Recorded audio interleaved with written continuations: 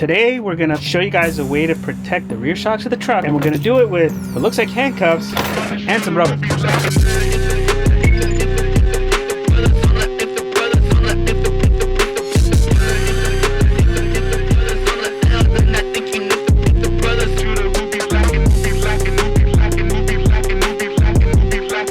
Hey guys, hello, we keep it dirty off-road, and today we're working back on my HM build Gen 1 Raptor again, and today we're going to address one of my biggest problems that I had with the truck with the previous suspension. Now this has nothing to do with the company, it's just that there is no solution out there to protect the rear shock shafts. I've seen some solutions out there. Some trucks will come with rubber shocks that you put back there, and they usually fall apart after a run or two, and you have to keep those shafts protected because you have everything going into them. The shock shafts right here are actually sitting in the line of fire all the time. The front tires are flinging stuff to it, these tires are flinging stuff to it, and if the shafts start getting hit by rock, it makes the shocks leak more.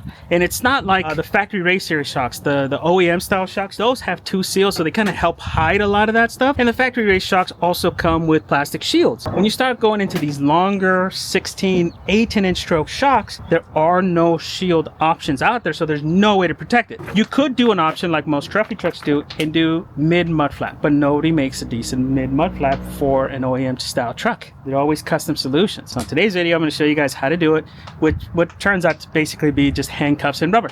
We're going to be using band clamps. These right here are about 4 1/4, I think is their size, 4 1/4 to 4 and something 30 right? So I'm hoping it's just the right size for my shocks. And you just need it to be big enough to go around the shock and go around the rubber itself. And then as far as the rubber, you're going to look for like 1/4 inch rubber, and it has to be pliable, right? It can't be like solid rubber. It has to be something that's flexible. This solution right here is coming from Jon Kilbourne with Dirt Days. This is actually his solution. I think John and Boris and Liana are the ones that really came up with this, and they run the solution and they shared with me how to do it. But basically it's just really nice thick long rubber and some handcuffs.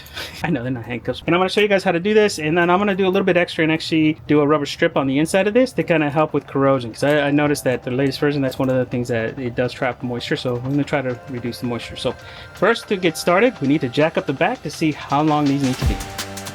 Now we did try to jack it up at full droop, but even with the block of wood, the Harbor Freight 1.5 jack was just not tall enough to get enough height to do it. Now, I know the shock has an 18-inch stroke, but we also have to account for that area above because we wanted to go into the shock a little bit. So we need to account for at least that little piece right here, and it's about, what? So let's say 2.5. We need 2.5 inches. So we need 18 plus 2.5. That's 20.5, right? Yeah. Okay, now the next measurement I need is the circumference. Now what I did is I got a piece of painter's tape, doubled it up, and just kind of went around to figure out how much wood I need to go all the way around. And that's about it, right? I went like half to half because it's going to go around this side. The half measurement, which is about the length of this right now, so we're going to figure out what that is. It is just, it's around 6.5 inches. Good John after his, a little bit over 6. So like I said, we need about 22 on each side. Let's see, where's 20? And this sheet in total is 48, so 22 times 2, that's 44. So I'm going to cut all 48. So I'm going to cut the full length and then cut it in half. I'm going to tape, yep, about 6.5.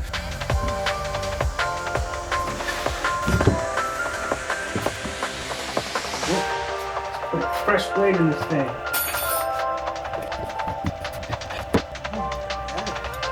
That worked out really good.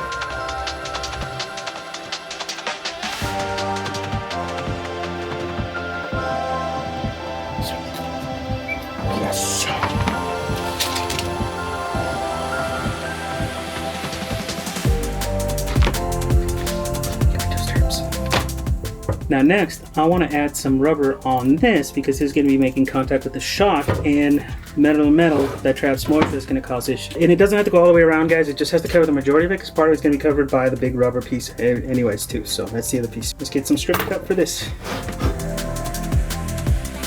Unfortunately, these rubber straps would need to be installed on the shock itself because of how the clamps work and how they hold on to the shock.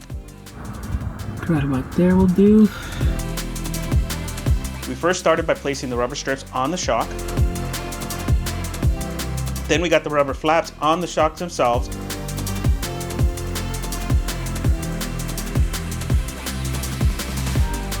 and then hand tighten the clamps to hold on. Here you want to make sure that the rubber goes up at least a couple inches on the actual shock body itself to protect that as well, because that's in harm's way. And then don't forget to face those bolts in such a way that you can actually service them later. So we put them towards the back and I'm pointed to the side so that we can get them later on and be able to swap out those flaps, because again, these flaps are consumable items. You will have to replace them. All right, other side.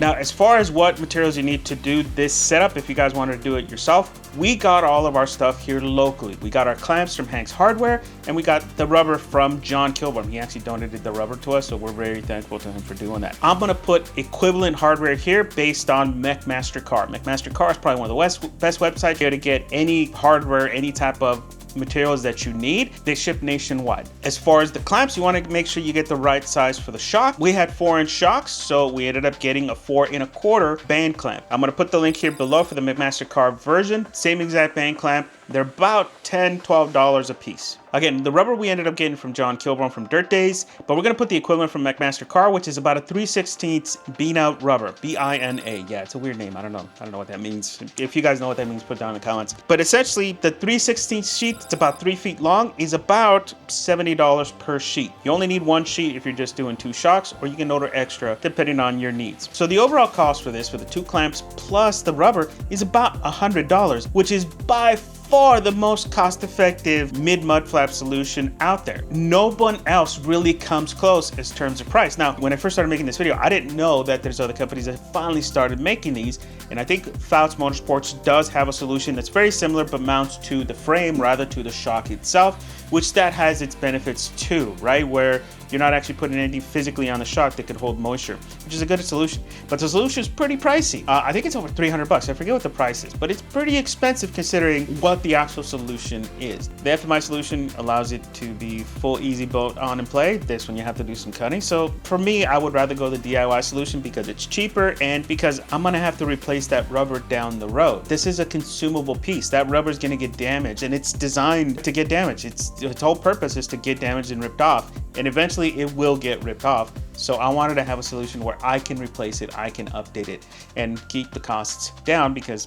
again, the maintenance is not cheap on these trucks. I think this is probably one of the best solutions out there to protect your shocks. For anybody that's wanting FRS shocks or race sharks, this is the only way you're gonna protect the shafts, because there's nothing else really out on the market that's this cost effective. Big thank you to Jon Kilbourne from Dirt Days for helping us out for the solution and donating the rubber. He's the one that really came up with the solution. So if you guys ever go into Baja and wanna go on a guided tour, make sure you guys reach out to him and go out with the Dirt Days crew. It's a solid bunch of dudes that go out and really put on some really great runs. All right, guys. Put any questions or comments below. Please consider subscribing, and I hope this video helps you guys work on your truck and get those trucks out there on the trails and nice and dirty. Thanks a lot for watching.